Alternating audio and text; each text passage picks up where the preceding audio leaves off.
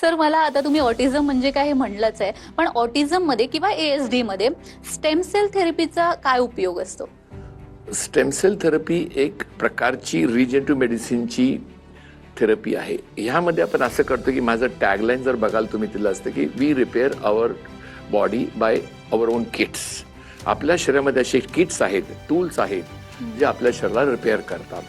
तर त्याला आपण स्टेम सेल म्हणू, सेल म्हणू, ग्रोथ फॅक्टर्स म्हणू, एक्झोझोम्स म्हणू, ऑल दीज फॅक्टर्स टुगेदर आपण वापरले तर शरीरातल्या ज्या पेशा काम नाही करत किंवा जिथं कनेक्शन्स ब्रेनचे गेलेले आहेत ते रिएस्टॅब्लिश करण्यासाठी हे काम करू शकतात. पण स्टेम सेल तरी हे सेंटरला राहणार आहे, पण त्यासोबत इंटिग्रेटेड प्रोग्रामचा फार महत्वाचा असतो.